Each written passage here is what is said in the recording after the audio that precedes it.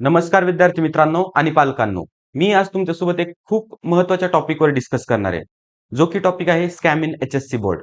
खरंच स्कॅम झालाय का? खरंच काही घोटाळे होतायत का अद्याप पण? बरोबर? त्या सर्व टॉपिकवर मी तुमच्यासोबत बोलणार आहे. तुम्हाला काहीतरी दाखवणार आहे. त्याच्यामुळे व्हिडिओ हा शेवटपर्यंत पहा आणि चॅनलवर जर तुम्ही नवीन असाल तर चॅनलला नक्की सबस्क्राईब करा. आता फर्स्ट ऑफ ऑल तुम्ही हा रिझल्ट पहा आणि हा रिझल्ट पूर्णतः खरा आहे. इंग्लिशमध्ये किती मार्क्स आहेत? तर इंग्लिशमध्ये 100 पैकी 100, मॅथमॅटिक्समध्ये 100 पैकी 100, फिजिक्समध्ये 100 पैकी 100, केमिस्ट्रीमध्ये 100 पैकी 100, कॉम्प्युटर सायन्समध्ये 200 पैकी 200. अर्थातच मग 100% येणारच ना त्या विद्यार्थ्याचं. बरोबर आहे. आता या विद्यार्थ्याचे डिटेल्स इथं हाईड केलेत. पण रिझल्ट हा पूर्णपणे खरा आहे किंवा तुम्हाला हा माहीत सुद्धा असेल. आता मला मला बऱ्याचशा विद्यार्थ्यांचे, पालकांचे मेसेजेस आले, फोन आले, की "सर तुम्ही याच्यावर काहीतरी बोला. याच्यावर काहीतरी बोला." त्यासाठीच हा व्हिडिओ मी बनवतोय, की तुम्ही या गोष्टीपासून अवेअर असले पाहिजे. आता पहा, हे पॉसिबल आहे का? जर आपण थिओरॉटिकली जरी पाहिलं, ओके. जर आपण टेक्निकली जर पाहिलं, तर हे पॉसिबल आहे. 100 पैकी 100 पडू शकतात. 100 पैकी 100 पडू शकतात. 100% जसं 0% सुद्धा पॉसिबल आहे, तसं 100% पण पॉसिबल आहे. कसं? जर आपण टेक्निकल दृष्ट्या पाहिलं तर. पण जर याच्यात आपण थोडंसं लॉजिकल जर पाहिलं, तर एखादा विद्यार्थी सगळ्याच विषयात पारंगत कसा असेल? एखादा विद्यार्थी सगळ्याच विषयात म्हणजे फिजिक्समध्ये तो एक्स्ट्राऑर्डिनरी आहे, केमिस्ट्रीमध्ये पण आहे, मॅथ्समध्ये पण आहे. बरं ते सगळं सोडा. इंग्लिशमध्ये सुद्धा आहे. English theory subject. इंग्लिशचा पेपर जर पाहिला ना 3 तास जर लिहायला बसलं ना, वेळ पुरत नाही एवढं लिहायला असतं. जर पैकीच्या पैकी मार्क्स पाडवायचे असतील. आणि त्याच्यात सुद्धा म्हणजे एक सुद्धा मार्क गेला नाही. मग हा चमत्कार म्हणावा, योगायोग म्हणावा, की त्या स्टुडंटची हुशारी म्हणावी, तर त्या स्टुडंटच्या घरच्यांची ही हुशारी म्हणावी. नक्की काय गोष्टी याच्यामध्ये आहेत. आता हा रिझल्ट जो ज्या स्टुडंटचा आहे ना, तर त्या स्टुडंटच्या पॅरेंट्सचे पॉलिटिकल बॅकग्राऊंड्स वगैरे आहेत आणि सगळ्या गोष्टी आहेत. ओके. याच्यामुळे कुठे एक संशयाचं थोडक्यात किरण निर्माण होतो, की बाबा इथं थोडाफार काहीतरी घोटाळा झालेला असेल. बरं. तर तुम्हाला अजून एक गोष्ट क्लिअर करतो, की ही एच-एस-सी बोर्डसाठी नवीन गोष्ट नाहीये. दरवर्षी असे काही ना काहीतरी मिळत असतात, काही ना काहीतरी असे रिझल्ट्स असतात, की ज्याच्यावर शॉक बसतो, ज्याच्यावर विश्वास ठेवणं हे कुठेतरी जड जातं मनाला. बरोबर आहे.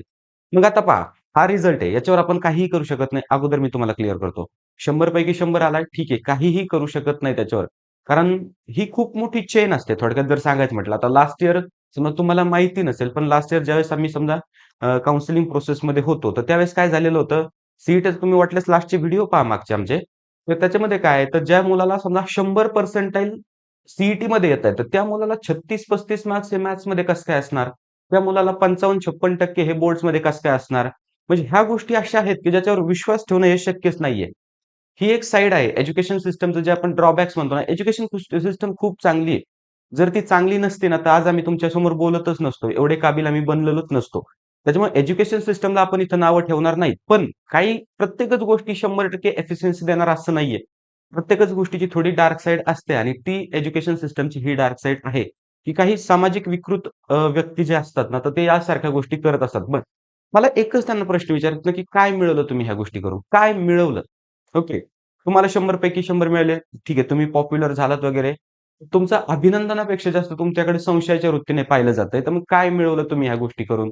बरोबर आहे. आता ह्या मुलीला समजा मुलगी आहे, मुलगी स्टुडंट आहे. तुम्हाला तर माहिती आहे नाव वगैरे सगळं मी काही सांगणार नाहीये किंवा मला माहीत पण नाही त्या गोष्टी. आता ह्या मुलीला 100 पैकी 100 जर मिळाले, तर सगळ्यांनी हिच्याकडे संशयाच्या नजरेने पाहिले, बरोबर?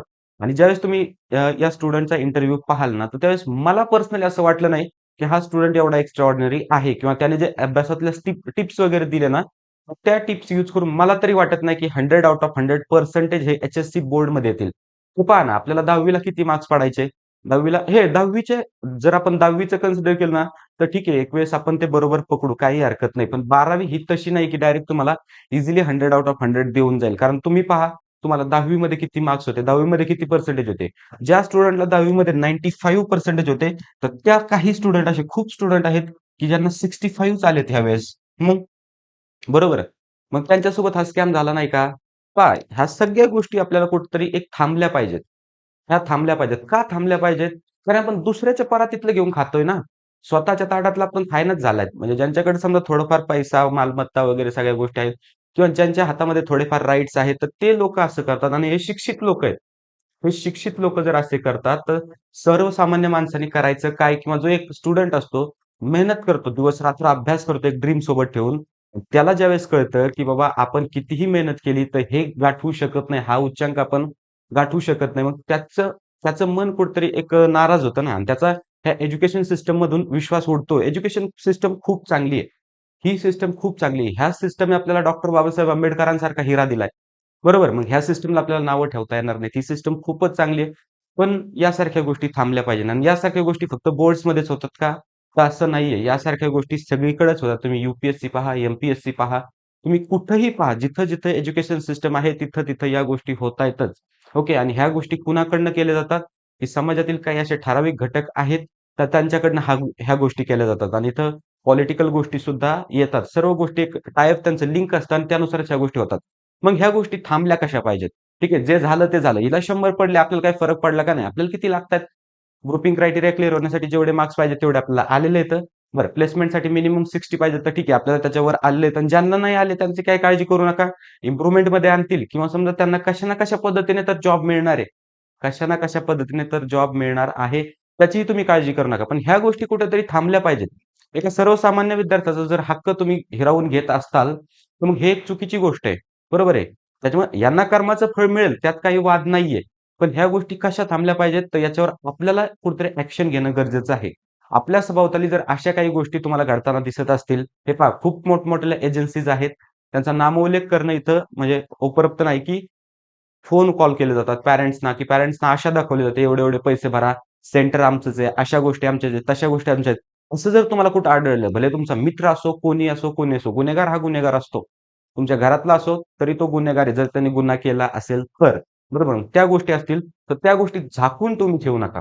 त्या गोष्टी तुम्ही मीडियासमोर आणा, त्या गोष्टी सगळ्या लोकांसमोर तुम्ही आणा. मग त्याच्यावर नंतर काही ना काहीतरी मार्ग त्याच्याकडे निघेल. पण माझा हा जवळचा आहे आणि माझे नातेवाईक आहेत आणि माझा पाहुणा आहे, तर ह्या गोष्टी तुम्ही करू नका. ओके. कारण तुम्ही फसवताय. स्वतःला तर फसवताय आणि बाकीचे जे स्टुडंट अभ्यास करतायत, तर त्यांना ऑब्व्हियसली तुम्ही फसवतायच. बरोबर? आता जर आपण विचार केला 2020-21 ह्या 2 वर्षाचा जर विचार केला. आता समजा 21ला तर एक्झामच नव्हती झाली. पण 2020चा जर विचार केला, तर समजा महाराष्ट्रामध्ये एच-एस-सी बोर्ड म्हणजे काय तर ओपन बुक टेस्ट यासारखी टेस्ट व्हायच्या. ओपन बुक टेस्ट म्हणजे काय? डायरेक्ट मुलं अपेक्षित असेल, तुमचं नवनीत असेल, तुमचं कोहिनूर असेल, तर या गोष्टी ओपन करून बसायच्या डायरेक्ट एक्झाम सेंटरमध्ये. आता हे कुठलं सांगतोय मी? स्वतः मी डोळ्यांनी पाहिलेल्या आहेत ह्या गोष्टी. कुठं? तर समजा मी अहिल्यानगर जिल्ह्यामधनं आहे आणि त्याच्यानंतर आमच्या शेजारी संभाजीनगर जिल्हा आहे. त्याच्यानंतर आमच्या शेजारी बीड डिस्ट्रिक्ट आहे. तर या जिल्ह्यांमध्ये सगळ्या गोष्टी ह्या व्हायच्या. ग्रामीण भागामध्ये ह्या गोष्टी जास्ती करून व्हायच्या. बरोबर आहे आणि याला सगळं कॉलेजचं जे त्यांचा स्टाफ वगैरे आहे ना, त्या सुद्धा सपोर्ट करायचा ह्या गोष्टींना. पण त्या गोष्टीला शासनाने कुठेतरी आळा घालत थोडीशी कॉपी वगैरे ह्या काही गोष्टी आहेत ना, तर ह्या 2026 सालापर्यंत 6 वर्ष लागली, पण थोड्याशा कमी झाल्या. तुम्ही जर ऑब्झर्व्ह केलं असेल, कमी झाल्यात ह्या गोष्टी आणि ह्या गोष्टी अजून पण आपल्याला कमी करायच्यात. हे पहा आता तुमची बोर्ड एक्झाम झाली आणि मला याच्याविषयी आता काही बोलायचं नाही असं नाही. असं समजून चालू नका. तुमचा इन फ्युचर तुमचा भाऊ, बहीण काय जे असतील ना, तर त्यांना ह्या गोष्टी फेस करू लागू नयेत. त्याच्यासाठी आपल्याला जागं व्हायचंय. आणि ठीक आहे ना, भाऊ-बहीण तुम्ही म्हणाल भाऊ-बहीण कुणी नाही आता बोर्ड एक्झाम कुणी देणार नाही. अहो तुमचे मुलं तर इन फ्युचर बोर्ड एक्झाम देणार आहेत. त्यांच्यासाठी तरी आपल्याला काही ना काहीतरी करून ठेवलं पाहिजे. मग ह्या गोष्टी आहेत. मग याच्यातनं एकच उद्देश आता हे बघा, मला माहिती नाही त्या मुलीने खरं मार्क्स आणलेत की खोटे मार्क्स आणलेत. काय ज्या गोष्टी असतील त्या असतील. बरोबर आहे. आणि त्याच्यावर तुम्ही काही बोलणं पण उचित नाही किंवा आपण बोलणं पण उचित नाहीये त्या गोष्टी. कारण पूर्ण 100% माहिती आपल्याला त्या गोष्टीवर नाही. फक्त आपल्याला मनाला कुठेतरी मला पटलं नाही त्या गोष्टी किंवा पालकांचा थोडासा आग्रह होता की तुम्ही याच्यावर काही 2 शब्द बोला. तर त्यासाठी मी हा व्हिडिओ बनवतोय. बरोबर. पण ह्या व्हिडिओतून मी तुम्हाला एकच कन्क्लुजन सांगेल, की बाबा आपल्या शेजारी जर असं काही होत असेल, अशा काही घटना, तर खूप होणार आहेत. बरोबर. आता खूप घटना होणार आहेत, की बाबा तुम्हाला फोन कॉल्स येणार आहेत ह्या एजन्सीकडनं, त्या एजन्सीकडनं, की तुमचा सी पेपर आम्ही मॅनेज करून देऊ. तुमचं हे करू, तुमच्या काउन्सिलिंग प्रोसेसमध्ये आम्ही तुम्हाला एकदम कमी पर्सेंटाइलमध्ये चांगलं कॉलेज मिळवून देऊ, ह्या गोष्टी करू. काहीही गोष्टीवर विश्वास ठेवू नका या तुम्ही. काहीही गोष्टीवर. खूप याच्यामध्ये फसवणूक होते. तुम्ही ज्यावेळेस पेमेंट करता त्यावेळेस तुमचा कॉल डायरेक्ट ब्लॉक केला जातो आणि ठीक आहे, काही अंशी ह्या गोष्टी करतायत सुद्धा ते एजंट लोकं. मग आपल्याला अवेअर राहायचं आणि काय करणार आहे पुढे जाऊन मला सांगा की 100 पर्सेंटाइल मिळाले, बरं सी-ओ-ई-पीमध्ये गेला, पी-आय-सी-टीमध्ये गेला. तिथं तिथं तर स्वतःच्या मनाने आपल्याला करायला लागेल. मग तिथं यांचं पितळ उघडं पडतं. बरोबर आहे? मग ह्या गोष्टी आपल्याला करायच्या पण नाहीयेत. ह्या गोष्टी होऊन पण द्यायच्या नाहीत आणि मला तुमचं मत पाहिजे. तुम्हाला नक्की काय वाटतं या फिनोमिनाबद्दल? काय वाटतं नक्की तुम्हाला ह्या बोर्ड एक्झामबद्दल, त्याच्यानंतर अपकमिंग सी-ई-टी एक्झामबद्दल काय तुमचं मत आहे? किंवा तुमच्या सभोवताली जर कोणी असं करत असेल, तर त्याचं थोडेसे डिटेल्स वगैरे कमेंटमध्ये सांगा. म्हणजे लोकांना सुद्धा ह्या गोष्टी कळू देत. मग हा व्हिडिओ तुम्हाला कसा वाटला? मी फक्त माझं एक प्रामाणिक मत ह्या व्हिडिओमध्ये सांगितलंय तुम्हाला. हा व्हिडिओ कसा वाटला? जर चांगला वाटला असेल, जर माझं मत तुम्हाला पटलं असेल, तर व्हिडिओला नक्की लाईक करा आणि चॅनलला सबस्क्राईब करा. All the best.